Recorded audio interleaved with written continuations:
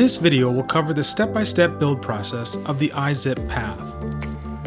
Tools that will be included in the box will be a pedal wrench multi-tool, which includes an 8, 10, 12, and 15 mm wrenches, and a 6, 5, and 4 mm Allen wrench.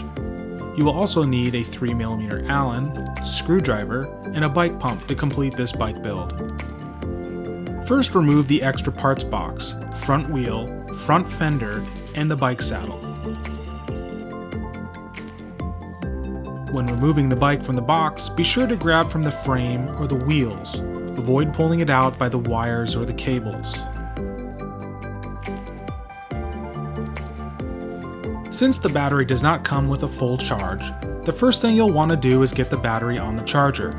Remove the keys located on the front handlebars and unlock the battery from the frame. The lights on the battery indicator will start flashing to show that the battery is charging, and change to a solid state when the battery is fully charged.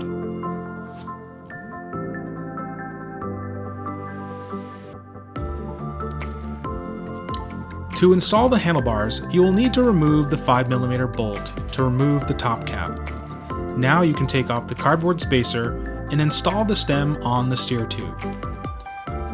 Reinstall the top cap by tightening down the 5 mm bolt. Now center the handlebars with the front fork and tighten down the two 5 mm stem bolts. Later in the video, we'll show you how to make final adjustments to the headset bearings and the position of the handlebars.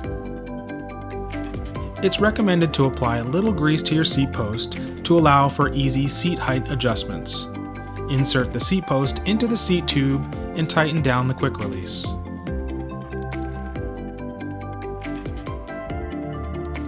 If you prefer to flip the bike while working on it, be sure to move the display and try to set the bike on a soft surface. When installing the front wheel, you'll need to take off the bolt and one of the springs on the quick release. Insert the quick release through the hub and reinstall the spring and the bolt on the other side. Before putting the wheel onto the bike, make sure the orange plastic spacer is removed from the brake caliper. Drop the wheel into the front fork and make sure to align the rotor in the brake caliper.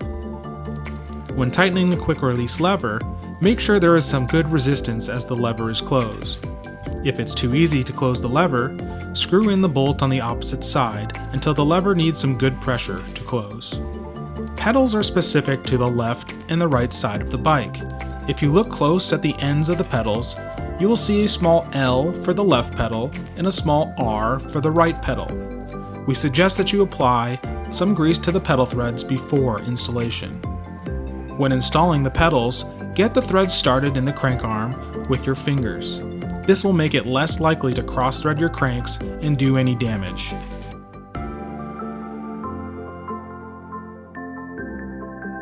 The right side pedal, you will tighten it on by spinning the wrench clockwise.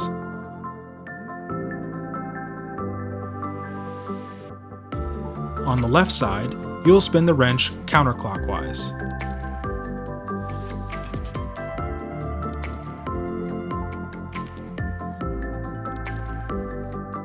Slide the fender in behind the front wheel and use the hardware in the parts box to secure the fender to the bridge of the front fork. Use the remaining hardware to secure the two fender struts to each side of the lowers of the suspension.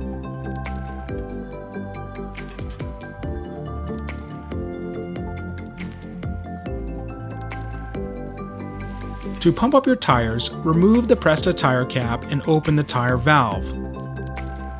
On the tire sidewall, it will give you a recommended range for tire pressure. The Path tires are rated between 50 and 85 psi. We recommend you start somewhere in the middle and adjust to your riding style as you get more comfortable with the bike. To adjust your headset, make sure the two 5 mm stem bolts are loose. Grab the front brake and use your other hand to place your finger between the frame and the top of the headset. As you rock the bike back and forth with the front brake engaged, you should not feel any movement between the two. If there is movement, tighten the top cap bolt until it is gone.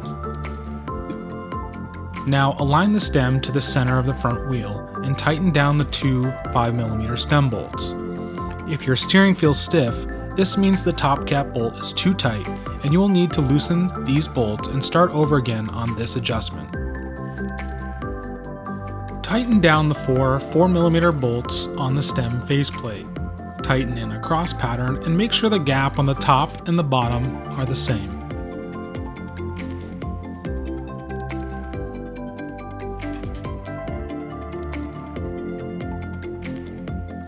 When the battery is fully charged, insert it into the frame until you hear the click. Before any ride, it's a good idea to always make sure that the battery is locked into place by grabbing the battery and pulling up on it to make sure it is locked. You will only need the keys when you want to remove the battery. Make sure to keep track of the key number in case the keys are ever lost.